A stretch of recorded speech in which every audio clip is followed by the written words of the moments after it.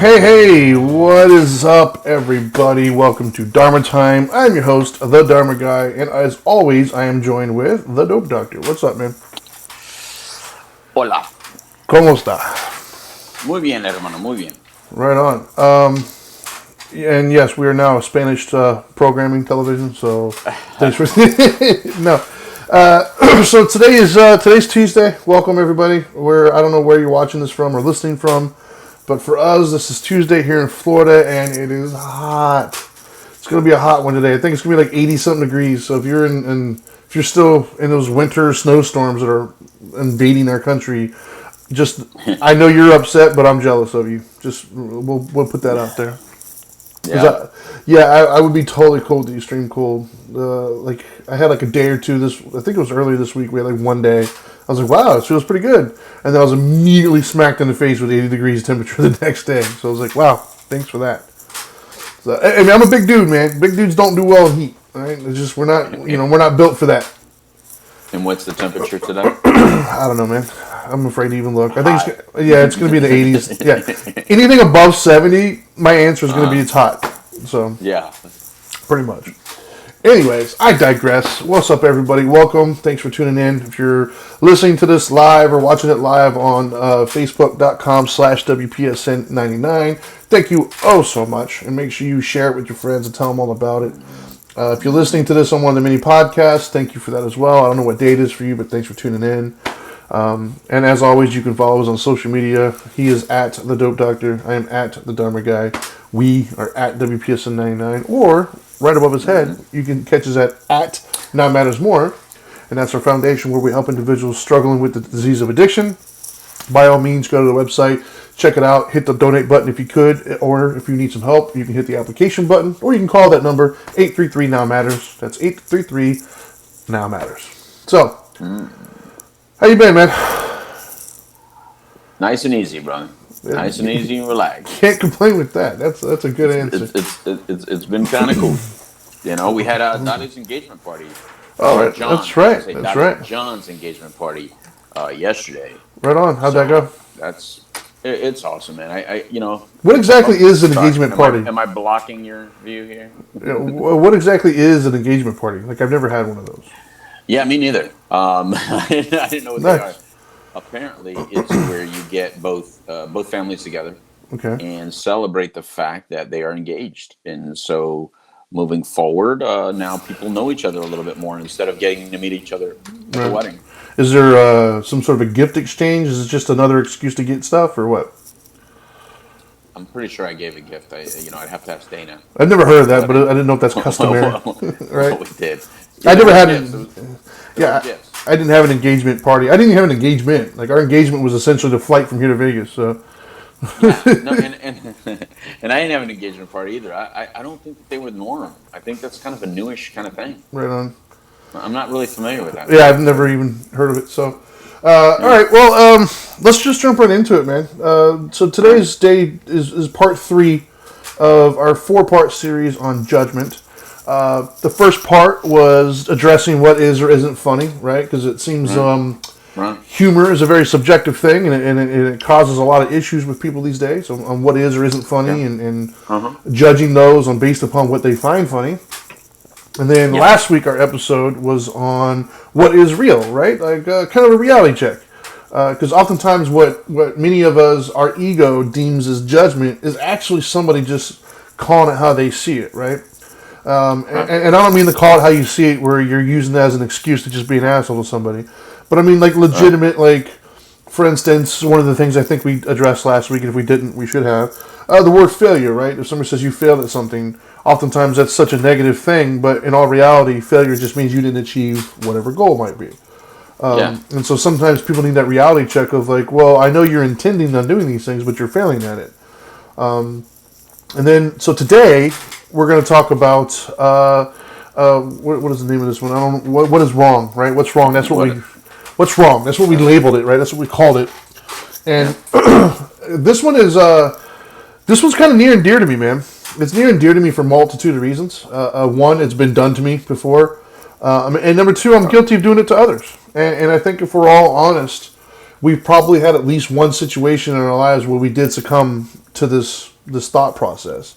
Yeah. And that is, if I tell somebody, whenever you hear what somebody either does for a living or something that they ascribe to, right? Like, I want to be this, like some sort of a higher ideal.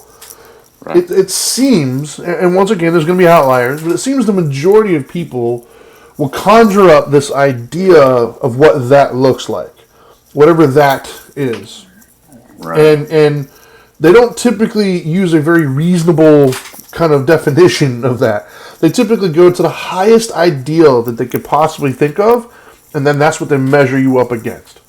And so to give an example of what I'm talking about, I'll give an example of how it's been done to me and how I've done it to others. And because this is a spiritual show, I'll keep it in that realm. So for me, anytime that if there's people who are close to me or people I know on a personal level, they know that I've decided to adhere to the philosophy of Buddhism. If I'll say or do something that in their minds is contrary to this image of Buddhism in their head, they'll question my Buddhist path, right? They'll say something, well, that's not very Buddhist of you, or, oh, you're not a good Buddhist. And I think, and so for me, it's offensive, right?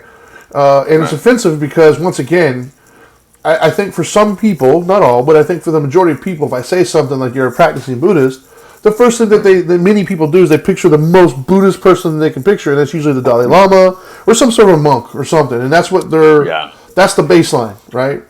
And so now I'm going to judge your entire actions all by the baseline of the highest possible ideal that you could achieve in Buddhism. And of course, pretty much nobody can measure up to that, right? I'm not the Dalai Lama, I'm not a monk. And so they'll judge you based upon what their ideal is and what their vision of it is. And it's happened to me before, and that's also why oftentimes that I will be aware of the things that I'll post or say, because I'm aware of the title, The Dharma Guy, what expectations come along with that, and I do my best to live up to those ideals. A, because that's just who I am, and B, I'm aware that some people might look to me at that, and I don't want them to ever not take some of the stuff that we're saying seriously because my actions don't line up, right? Having said that, a couple of weeks ago when I posted that joke about the kid playing basketball across the street, there was a few people who had that comment by saying, hey, that's not like you, or that's not Buddhist, or whatever. And I had to kind of correct them. I'm like, well, look, if that's how you feel, I mean, by all means, you can run with it. But I need to address that in the sense of being Buddhist doesn't mean perfection. Being Buddhist doesn't mean lack of humor, right, either. Like, I have a different sense of humor than you, maybe, and that's okay. On the flip side of that, though, and we'll get into all this as we go, but I'm trying to give examples to set the tone for the show today. So the second example would be one that I'm personally guilty of. Not so much these days, because I've matured and I've grown and I've had it done to me, so I choose not to do it anymore. But years ago, when I was very anti-religion and anti-theist, for that matter, like I had a lot of really bad experiences with people who came from the religious world. And instead of holding them individually accountable, I held the collective accountable. And so whenever somebody would do something, I had no problem saying, well, that's not very Christian of you. And while technically speaking, it's not living up to the ideals that are professed in there, one of the biggest ideals, if you read the Bible, is nobody's perfect, right? And so you're going to sin, you're going to make mistakes. The idea is to repent from them. But in that moment, when you're saying to somebody that's not very Christian, what you're basically saying is, hey, you're full of shit. You're not living up to these ideals, and it's a very offensive thing to say to somebody. Like I was telling you right before we went on, it's almost the equivalent of saying somebody's not an NBA player because they're not Michael Jordan. No, you can be an NBA player and not be to the level of Michael Jordan is. Like, those are two different things. And so. But anyway, so that's what we're talking about today, right? So what we're talking about today is this judgment that many of us are guilty of holding somebody to these standards that are either unreasonable or impossible to reach. So what are your immediate thoughts on that? And it looks like you froze on me. Hey, look at that. We decided to switch today to the iPhone, and it is not working well. But go ahead. No, I'm lagged, aren't I? Very much so. You were extremely lagged. Like you're still frozen on my screen, and I can barely hear you if you're talking at the moment. Are you serious? 100%. That's the joys of doing a live show, right? Drives me nuts. I can hear you now. Go for it. I don't even know what to say. All I know is that I heard my garage door open or close. Last time you said I lagged, it was because the printer was going up. I assume this time it's the garage door. Is everything attached to my Wi-Fi in my house that is Yes. affecting Yes. my signal? Everything. That's not very technical of my house, is it? So yeah, I want to go to the theme of the There you show. go. You're judging it, man. Yeah, I'm going to judge it. Well, look. From what I did hear, and I heard quite a bit. Here's what my initial thought on that is that it's been done for many years to Christians. So I think you brought up the right point. I think because it's still getting done to Christians, right? Yeah. It's like as soon as the moment you say you're Christian or the moment you say that you're of some sort of religion, people will start viewing all of your actions as hypocritical if you go outside of that, right? Yep. Now, it's one thing if you go to something like if someone says they're Muslim and they're eating pork, right? I think it's different when you look at something like that. I'd agree. But when you take it to the point where someone looks at you, Trinity, for being Buddhist and expects you to not have a sense of humor and to constantly speak like Yoda, I think that's a little bit unrealistic. And I think this discussion is easier had because we're talking Buddhism than talking Christianity, because there's a lot of people that for some reason in this country have a great deal of animosity or frustration or anger towards people of any type of Christian faith, be it Catholic, be it Christian, be it some sort of other evangelical situation. But if you're Buddhist, Muslim, Jewish, you get a pass. Hindu, especially, you probably even get props for being Hindu. And I think that's just because in Western civilization here, it's since we were developed from a Christian society, it's the most dumped on as well. Sure. Because everybody has a reference point from that. Whereas the others are more like visiting a new country or visiting, something new. It's like, ooh, that's new, unique, and different. But I hated when you got dumped on for not being as Buddhist as you should be, because I think that you don't have to represent the faith that you believe in. I think that you have to represent yourself. That's it. You don't have to represent whiteness. You don't have to represent Buddhism. You don't have to represent guys with beards. You don't have to represent guys with tattoos. Hell, you shouldn't even have to represent the rest of your family, to be honest with you. You should be able to just represent yourself. But we are the kind of people that like to compartmentalize, and we like to identify, and we like to put labels on people. And what's weird is the people that speak the most about you should be able to put labels on people are the ones putting the most labels on people. Right. Yeah, I think I do. Yeah, I think that the other issue, though, is, which is funny, even the labeling, right, or the judgment here. Right. If we used our baseline judgment off of just pure human behavior, then we all kind of measure up pretty well to that. But we don't, right? We don't do that. How so? What do you mean? What I mean is once again, you say the word Christian. If somebody's going to judge somebody who's of the Christian faith, they're going to judge their behavior. They don't judge their behavior based upon the normal, average, everyday human and what it means to be human. No, they judge them from Jesus. You know what I mean? Like they do. They don't implicitly say that, but in the way they do it, that's what they're doing. They're coming from a place of perfection, and anything that you deviate from that, then all of a sudden, oh, you're not being. Well, you're right. I'm not Jesus. You know what I mean? If you're a Christian, or for me, I'm not the Buddha. I'm not, the Dalai Lama. And I don't know. There's very few other areas of our lives I feel that we do that in, right? Other than probably our faith is probably one of the biggest ones. I'm sure there's other ones that I'm not thinking of at the moment. But like, if somebody tells me, once again, if somebody tells me they're an NBA star, right, and we meet a lot of athletes and stuff, I don't immediately say, well, are you, how many All-Star games you have or whatever. No, it's, you're in the NBA. That's awesome, man. Good for you. Whether you're riding the bench or not, you're still an NBA player. Like, that's awesome.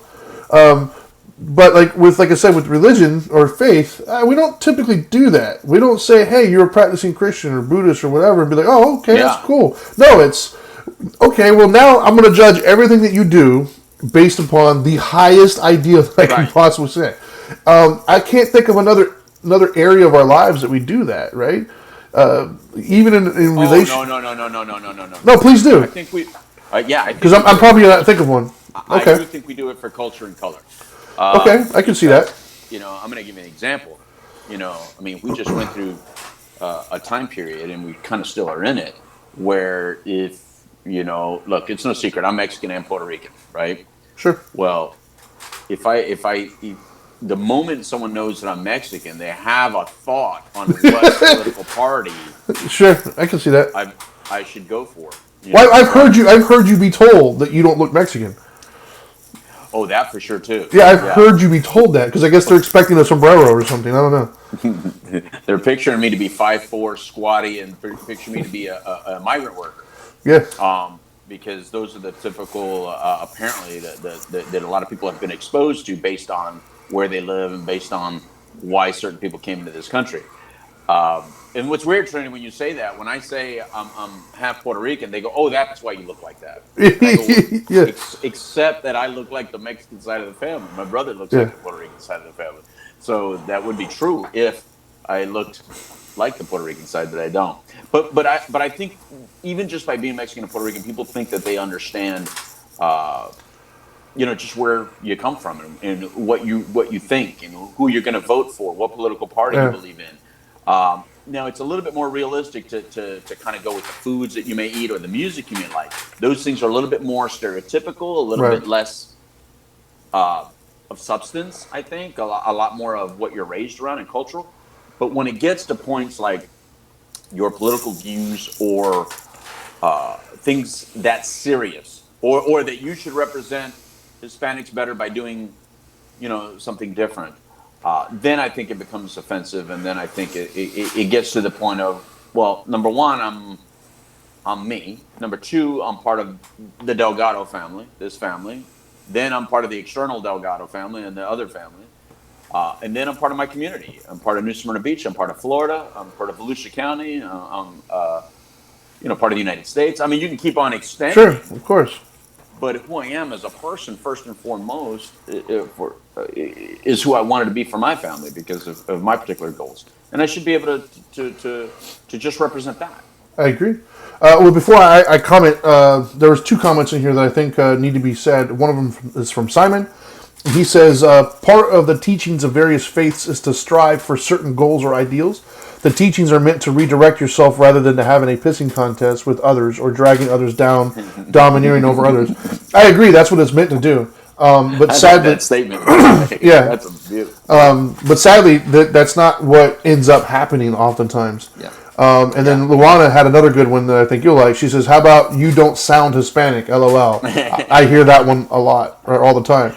And that's what we do, right? So, I think in the when it comes to judging somebody's faith or their philosophy on life, we typically go to the highest possible ideal that we can think of and judge their actions and behavior on that. Right. And then when it comes to other things, we go to the worst possible one, right? If somebody were to come to you right now and say that they're a Democrat or Republican, you're not probably going to think of the highest ideal or the best representation of that particular party at this moment. You're probably going to think of the worst possible one and say, "Oh, that's who you are now." Even though that person might not be anything at all like the individual that you just thought of, they could be closer to the middle, right? Yeah. But that's part of the judgment thing that we're talking about here. So it does work positive and negative, right? And so I think that's something that we all kind of need to understand, that it's not somebody else's job to live up to your ideals, right? It says more about your expectations and where you're at than it says about that person, right? Because as you just pointed out, that individual that you're talking to, that you're saying isn't very fill in the blank, right? You're not very Christian, you're not very Buddhist, you're not very Republican, you're not very white, you're not very whatever it might be. They're living their life. They're doing the best they can with what they got, They're doing their thing. You're the one who's placing this ideal on them and what you think they should be. And to me, that says more about where you're at on your journey than it does about them. Right. And so that's what I think we got to be careful of doing. Go ahead. Yeah, especially if it's based on, you feeling judged by somebody of that particular faith. I mean, if you're walking around with resentment towards people of a particular faith because you felt judged by them, you in turn judging that entire faith is not really helping the situation. I mean, if that's the lesson you got, that's the lesson you got. But you need to look at yourself in the mirror and you got to ask yourself, is that where I want to be? Is this a tit for tat? Like Simon says, it's a pissing contest. And there is a lot of people like that. I've heard a lot of people say I'm a recovering Catholic. Yeah, I've heard that too. Even though I came from Catholicism, my parents are still Catholic. My family is still strong and Catholic, and I take offense to that because it's like, no, I'm happy that my parents believe in something. I'm happy that my parents gave me a belief in something, whether I stayed with that particular belief or not. The fact that they had it at least allowed some sort of standard, some sort of boundary that I knew when I was crossing, there it was. And knowing a hell of a lot of people that actually have done incarcerated time or have been in situations where they're in deep, deep holes, there is nothing that I've ever found on earth like faith that has helped people in very deep holes or in seriously incarcerated times. Sure. Nothing. Well, spirituality in general changed my life around. Absolutely. We have two more comments here real quick. One from Simon. They're touching on the same thing, which I like. I was going to actually make that point anyway, so might as well use now as the segue. Simon says, our actions versus others. We're great judges of others and advocates for ourselves. And then Richard followed that up with saying, I am just tired of people holding others to the highest standards while holding themselves to the lowest standards. I agree. I say that a lot. I say that oftentimes, we're great judges for other people and great lawyers for ourselves. And that's the thing is we need to understand that there's context. The context matters, right? Like, if we do something that offends somebody or does something, we immediately go into story mode. We go into, okay, well, here's the story behind it. Here's how I came to that. But when it comes to somebody else, we immediately want to judge it. And that, to me, I think is dangerous, right? It's dangerous because it sets this weird precedent, man. Like, once again, you're assuming that the other person's goal is to live up to the highest ideals that you're talking about. I use Buddhism as an example just because it's the easiest one, and that's what I know best at the moment. We did a show, I don't know, probably about a year ago now. We called, I don't even remember, it was something like Spirituality is Not a Competition or something. I'd have to look it up, but... And I brought this show up because I would, in certain forums, right? And I get it in person sometimes, not as much anymore. Maybe because of COVID, I'm not out there anymore. But I would see oftentimes in the groups, in like Facebook and different media sites, where people are talking about Buddhism and Buddhist ideals and whatnot. And I kept noticing a trend, even within the Buddhist community, I kept noticing a trend to where like some people were made to feel like they weren't Buddhist enough because they didn't know like some of the jargon involved, right? They didn't know like some of the sanghas and the actual polycanon, or the words for certain things. They knew the more layman versions of stuff is what I'm saying. Right. They weren't like a Buddhist scholar, and they were being made to feel like they were somehow less Buddhist because they didn't know the technical terms and stuff. And it irritated me because I was like, well, wait a minute, you're missing the entire point. The whole point is acceptance and compassion for wherever somebody's at on their journey. And like even me, I'm the Dharma Guy, dude. I made like a living from this, and I couldn't tell you all of the I haven't gone to school for it and sat there and studied the history. Right. No, and I don't need to, right? Like I think there was the Buddha himself when they were asked about heaven or hell or whatever. He didn't even give an opinion. He's like, look, that doesn't have to do with my suffering, so I'm not worried about that. I'm worried about this. And so the same thing, if you're trying to go into, let's say Buddhism, for instance, and you're trying to practice that philosophy, it doesn't matter if you know these things. If you live by the certain precepts and you have, internal peace that you have and you're content and you're okay and you're not suffering, congratulations. That's the point. And the same thing for Christianity, right? Not every person who is part of the Christian faith is trying to be a priest or a preacher. Not everybody's trying to reach to that point. Maybe they're just, there's certain things about it that they've been raised with that they like, and they're just trying to be overall a good person. And at the end of the day, that's kind of what matters, right? They're not all trying to be Jesus, right? They're trying to be, I think what the term, and forgive me if I get this wrong, is supposed to be more Christ-like, right? Meaning more Christ-like. I mean, I'm going to do my best to be on that path and do things, but it doesn't mean I'm going to be Christ, right? That doesn't mean you're going to be perfect. And I think that's it's sad when that happens, right? And I see it in so many different walks of life now. Now that we're starting to talk about it, it's dangerous, right? And what I mean by dangerous is I'll use one example. There was an individual that you and I both know that passed away years ago from addiction, and they were made to feel like they weren't in recovery because they were using medicated assisted treatment. And so because that person, so other people had this definition of what they thought recovery meant and what they thought sobriety meant. And for them, it was very old school. It was very anti-medical, anti-science. It was basically white knuckle it. You got to have nothing. Well, because this person was doing well, they were sober, they weren't using illicit drugs, they were using what their doctor gave them and it was helping them live their life and be productive. 6 months well. Yeah, they made this person feel like they were less than because they didn't meet the ideal that they thought they should.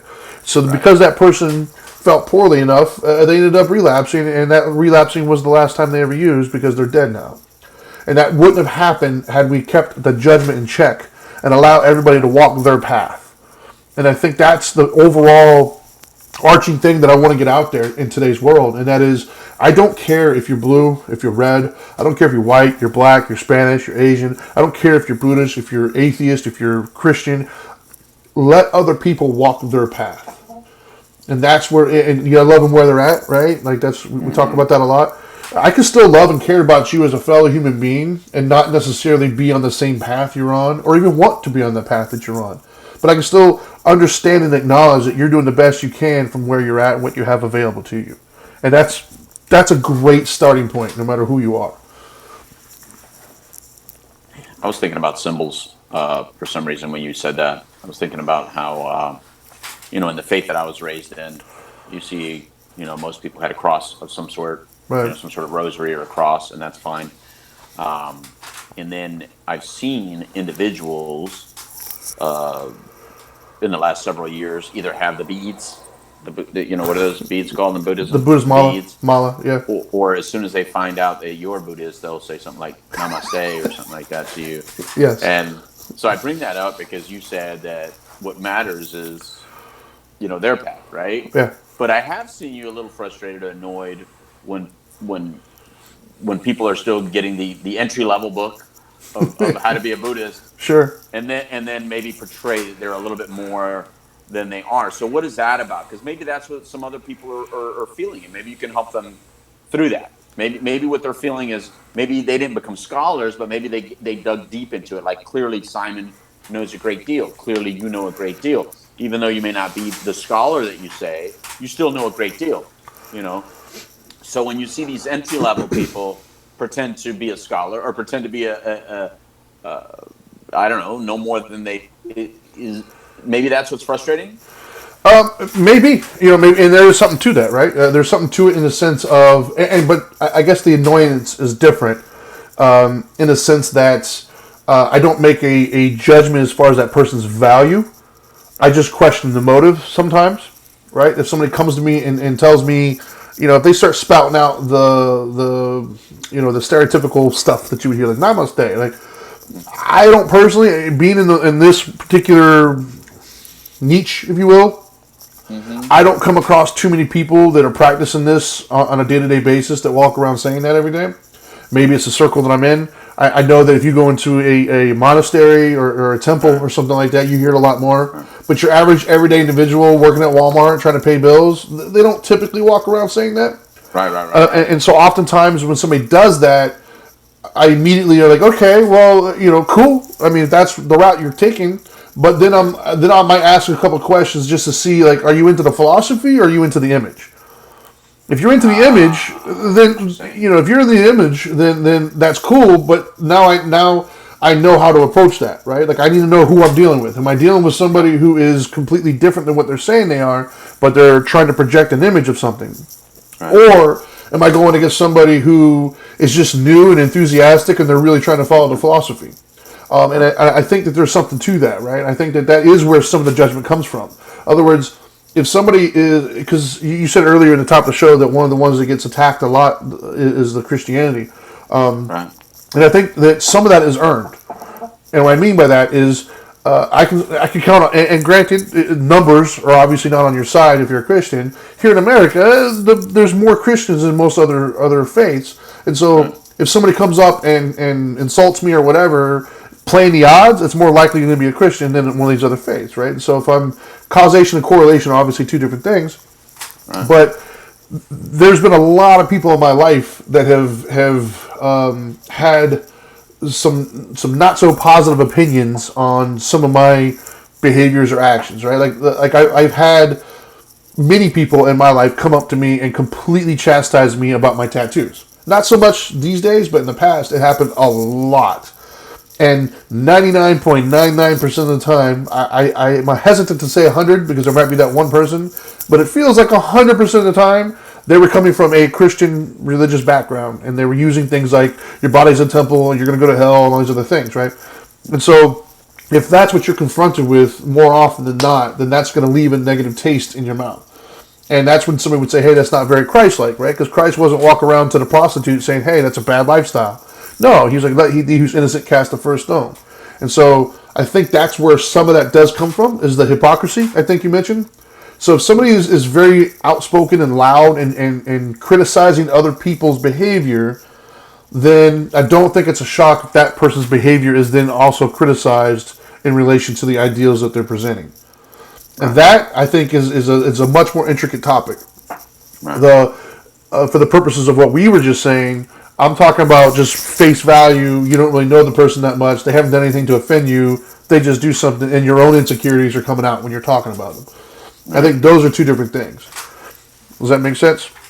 Yeah, and I kind of like that you prefaced all of it by saying, more than likely, no matter what you're talking about, what subject you're talking about, because we're in a Christian society, more likely it was a Christian, but not based on Christianity itself, just based on pure numbers. Well, that's why I don't like when people say, when they talk about the numbers of people who are in jail, they'll say Muslim man caught doing something.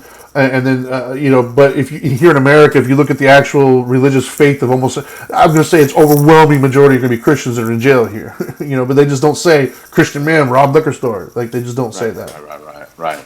No, yeah, I agree with that. And I think there's a lot of things like that. And we can definitely go on a serious tangent if we would. Sure. Or like you like to say, the rabbit holes. Yeah. If we would go down that. So I'll bring it back to this. What I like about this kind of discussion is I think that we should be able to talk about faith and spirituality a lot more. Here's what I don't like. I don't like that for many, many years we were told, there's certain topics you just don't talk about in company, right? You don't talk religion, you don't talk politics. And abortion. Those are the three that I've always heard my whole life. And now we have to, because we're being forced to have these conversations. We're being forced to have these conversations because we're being forced to say, is this going to divide us or is this going to unite us? What do you believe? Yeah. And people assume a lot what people believe. And I think that there's so many people surprised about what social media has taught them about people they know and have liked. Yeah. And now they have changed their opinion on certain people they have known or liked based on some of these things, whether it be a faith belief, whether it be a political belief. And that's sad because you liked them before. Yeah. You told yourself, this is my friend, or this is somebody that I enjoy talking to, or this is somebody that I want around me. And then all of a sudden you knew something about their faith or something about their political views, and now you don't want anything to do with them. And that is where I think the real lesson is that our judgment based on one particular label that you have chosen to bestow upon a person, not that they didn't bestow it upon themselves, but you put a higher value on that label on them than the other label of friend. Yeah. Like you put their faith or their political views higher than the friend label. And that's I think is what's sad. And then we stop listening to that person. Then we change other opinions about that person. And now it bleeds into areas where it didn't need to be, I think. Yeah, well, it causes you to start connecting dots that don't necessarily need to be connected, man. Some things are just a straight up coincidence, but you start to connect dots and think, oh, well, you must think this way too. And it's like, no, not at all, actually. Right. And I think that's part of the danger right now. And I think that in real time in our everyday lives right now. Some of us might see it from a spiritual perspective, but I think the world is seeing it from a political perspective right now. Political and race right now seems to be the overarching, like, area in which we're seeing this the most. Because right now, everybody who's listening to this, if somebody were to walk up to you and say, "Hey, yeah, that guy over there was a Trumpster," you immediately have a laundry list of boxes that you just checked for this person that you've never met, you've never spoken to, you don't know anything about, but you got told that they're a Trumpster, and you immediately knew that. Or if I told you that person was a Democrat or a liberal, you immediately have all this little checklist of things that you're just assuming based upon a label that you heard that this person might fit under. Not realizing that, like, I've got a ton of black friends, right? And I watch different shows, different hosts and things of that nature. And the thing that I've heard a lot of them say lately that gets them a little irritated is when the media will interview somebody and they start talking about the plight of the black person. And they'll talk about their individual experience and what it feels like and what they've been through. And sometimes it's absolutely disgusting and horrible that this person's gone through these things or views the world in such a light. But the implication there is that they're speaking for all black people and they all have that exact same philosophy. And then I have my black friends who are like, dude, that's just not true. That's not my life. I don't agree with that at all. And I think that's where the danger is, man. Like, same thing as a white person. People look at me as a white dude and they automatically think, oh, well, you're white, you don't get it. It happened to me, what was it, last week? Where they just assumed because I was white, they could run down my entire life history and what I have or haven't experienced, or what I do or don't know. And that's dangerous, man. That is divisive. It's unhealthy. And it's just not cool, right? And I think that we collectively don't like it when it's done to us, right? You don't want anybody to look at one thing about you and think that they know all of it and judge you as a good or bad individual based upon that one thing that they read a book about one time or they saw a movie one time. Like, all of us collectively, I think, would not like that. So we got to stop doing it to other people, and we do. Whether you know it or not, that's where the unbiased or the implicit biasness that happens. Right. We all have it. And it's okay if you have it. That's the other thing that I don't want people to realize. It's okay to have a bias, dude. We have it. Yeah. We have experiences, man. That's why we have experiences, so we can learn from them and adjust, right? But you shouldn't be controlled by it. Just be aware that you have the bias, and if anything, that should make you dig a little bit deeper to see if that person, is who you thought they were based upon a biasness or what they're giving you. And I think that is where this world will become a little bit better of a place. And it'll also give you the inner peace that you're looking for, right? Like, it's almost impossible to have inner peace when you're looking around judging everybody based upon the ideals that you have in your head that they should fit to and they don't. You're going to be constantly upset and disappointed by everybody around you because I got bad news for you. People's goal in life is not to live up to your expectations. That's just not why they're here. Everybody's got something that's going to disappoint you. Of course. Listen, the whole world's labels and the way we are with labels is exactly why I do not label my faith of any particular type. Now, because of the way you speak of Catholicism is why I am proud to have been raised a Catholic and will never speak negatively about the faith of my raising. I stopped doing that a long time ago based on a level of protection towards my family and my parents and people that I believe have all the right intent on their belief system, and that's fine. So when my mom donates money for a gold chalice for the church, instead of condemning her for spending all that money on it, I know that she's doing it from her heart. She's doing what she wants to do with her money for her faith, and that's her deal, and that's cool. And I like that she has it again.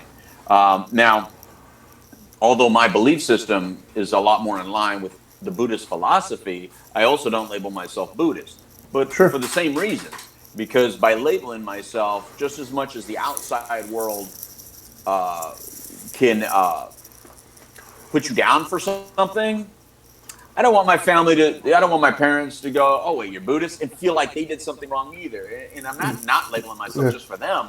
Yeah. But it's like, I don't believe in anything so much that is easily identified by any philosophy that I'm willing to upset them or have the judgment placed upon me. It's just not that serious for me.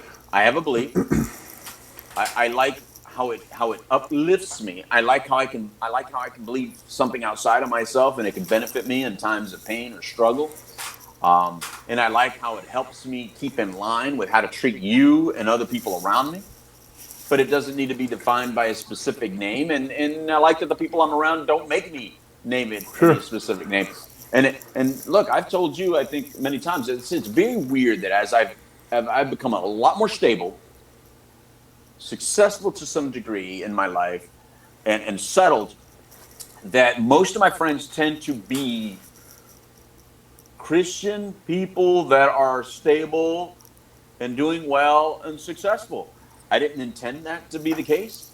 I thought for sure that we would clash, but these are the people that have accepted me most for the kinds of things that I'm saying to you now than anyone else. Now, it doesn't take away a certain comment every now and then that says, "Oh, eventually you will. Eventually you'll." So it's not that they're without hope. That one day I'm going to say, "Oh, through the blood of Jesus, cut me open." And, they're still trying to recruit you. Yeah. But they don't. That's the thing. They're doing it in such a way that they don't say it. Yeah. And I mean, like every once in a while there may be a comment, but the point is that as far as lifestyle and stability and where we're at, whether it be financially or whether it be socially or family, we're very similar. They tend to have long-term relationships like I'm in one. They tend to have families very similar to mine. They tend to have a thing. They want to be with their children. They still believe in the family unit the way I do. So there's a lot of similarities. So maybe there's something to it. Yeah, and I'm gonna give a news flash to a lot of people potentially. Man, most of the major religions and traditions in the world, God, I don't know how many of you have really put some time into looking into them. They're all kind of similar. They're all. It's almost like they all had the same main book that they read, and then they went off and started their own things. But right? Yeah, I mean, like most of the Abrahamic religions are all kind of the same. Little couple differences here and there. Even with the philosophy of Buddhism and Hindu, if you look at them all, the overarching idea basically is don't be an asshole, right? I mean, let's just call it what it is. In the that should be the first commandment. Exactly.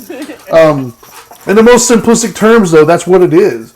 There's different traditions and different rituals that are in there and different texts and stuff, but it all kind of boils down to the same: is treat other people well, behave in a responsible thing, love the people around you. It's all kind of the same, and that's why I think it's ridiculous to judge other people thinking yours is better or yours is worse. Like, stop! It's all kind of the same thing.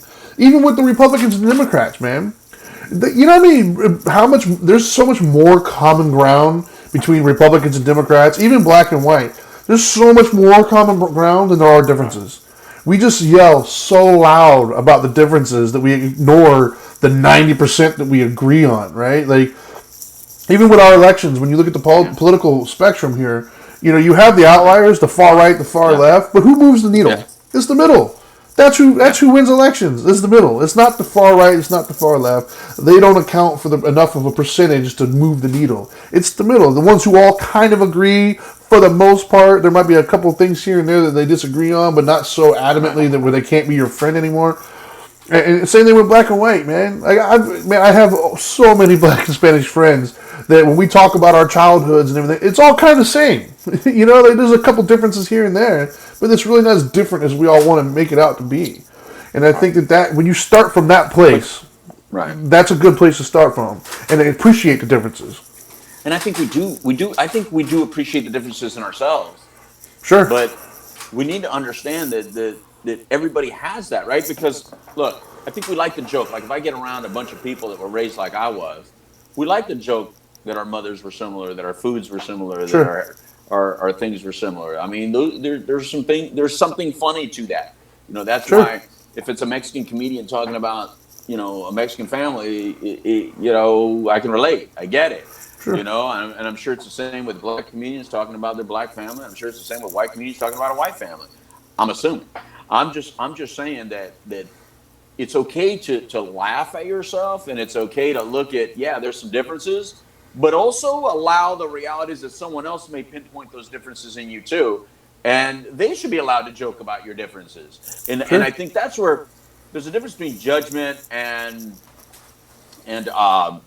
just making fun or humor or even what would I say, stereotyping. I don't think stereotypes have to be such a negative thing. I agree. think stereotypes. It's how you use them. Stereotypes that are true. Yeah, exactly. And I think it's the same in this conversation when we're saying what's wrong with judgment. It's how you use that judgment as well. Like if you're going to use that judgment to ask more questions, I think that's a healthy thing. Of course. But if you're going to use that judgment to define that person to the point where you're no longer going to find value in that person in your life, then I think that's a problem. Yeah, I couldn't agree more, man. And the funny thing, what I thought of when you were talking about the difference in the families and stuff, is the theme, if you will, is pretty much the same no matter what culture.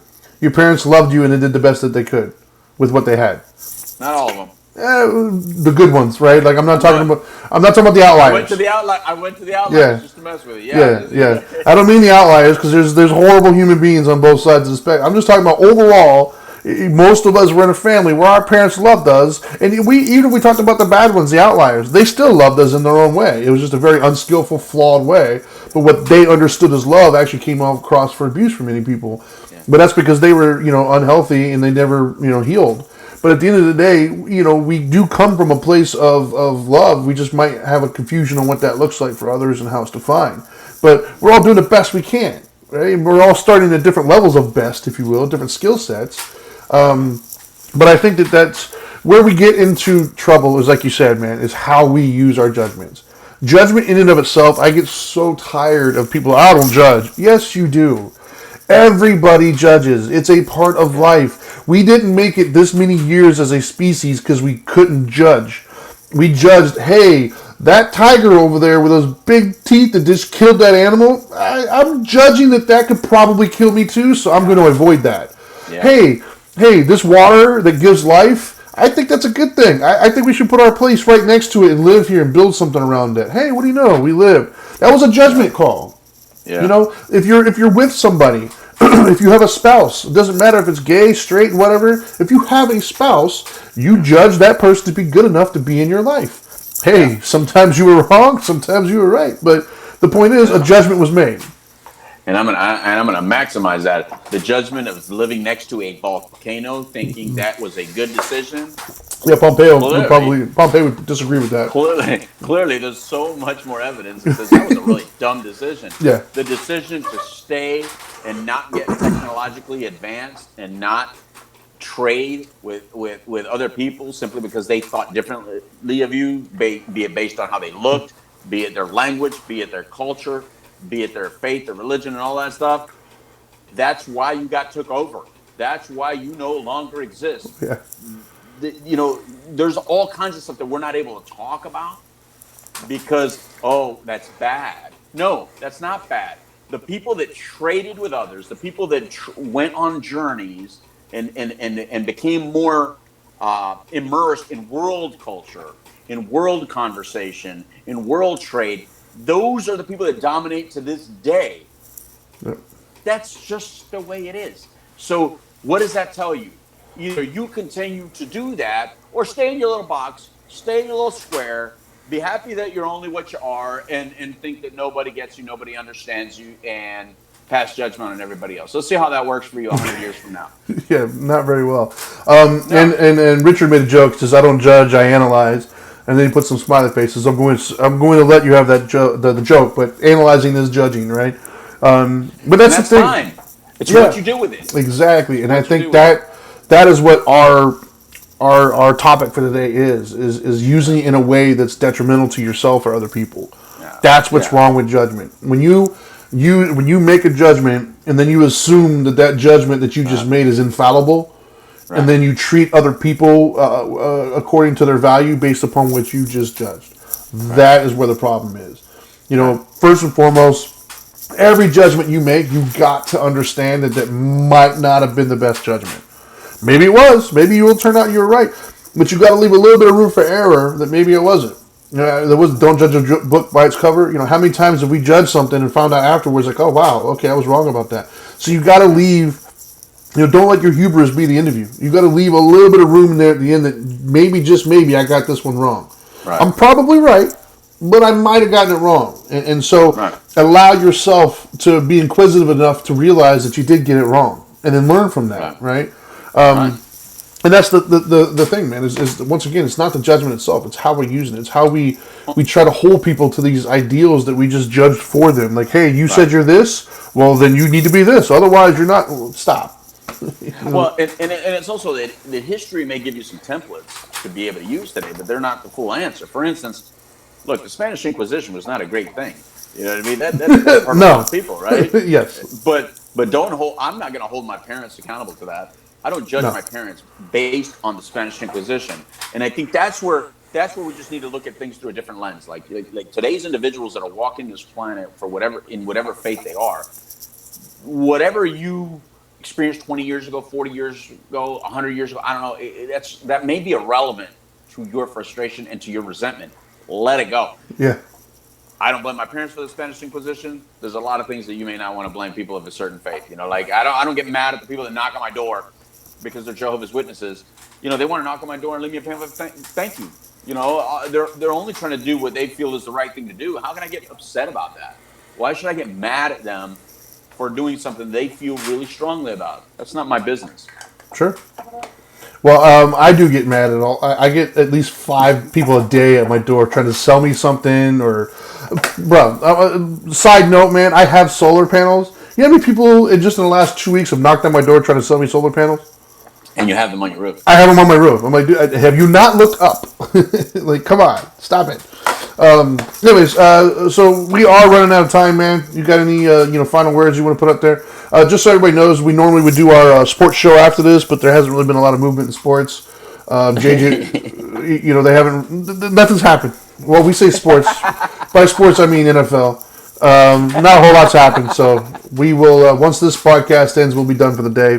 So for anybody who's waiting for the sports show, that wouldn't be happening. So congratulations to Ty Gibbs, man, winning the race. That's the grandson of sure. The coach Gibbs in racing, man. He won a race. I didn't even know who Ty Gibbs is. Yeah, so there's racing news, but I'll let you say there's no news, man. We'll just continue that way. But look, here's your final words.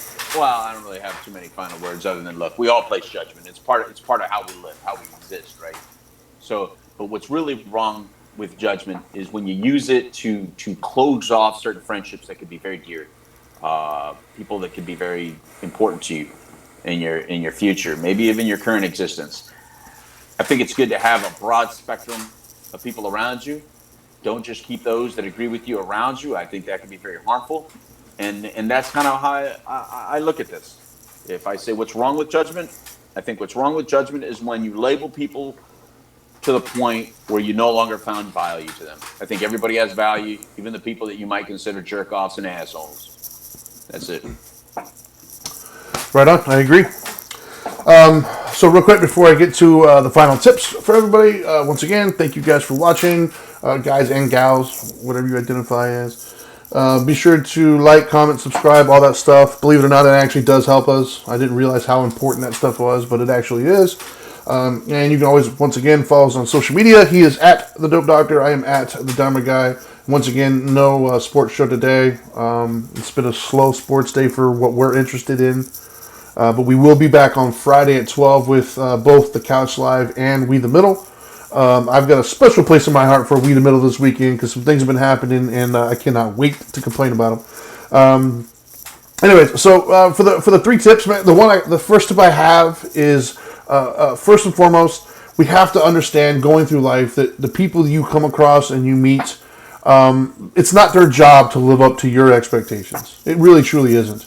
It's not their job to live up to your ideals of what you think they should or shouldn't be. And you got to kind of put it into that. You got to stop operating under the assumption that they are trying or even care what your expectations of them are. Second one I have is for you internally, when somebody else is trying to nitpick or say that you're not living up to their ideals, it's okay.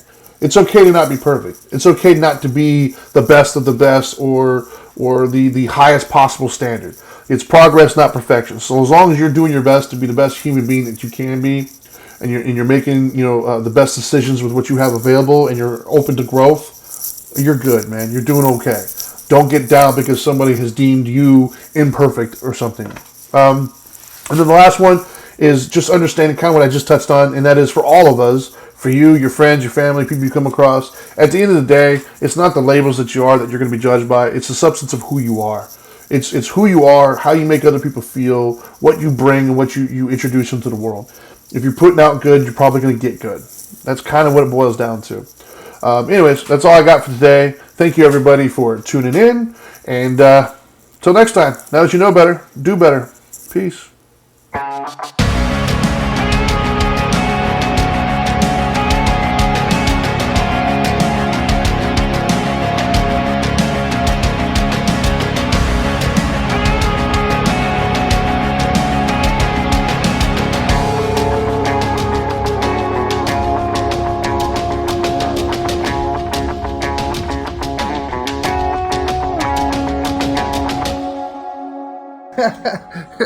Are you still here? What are you doing?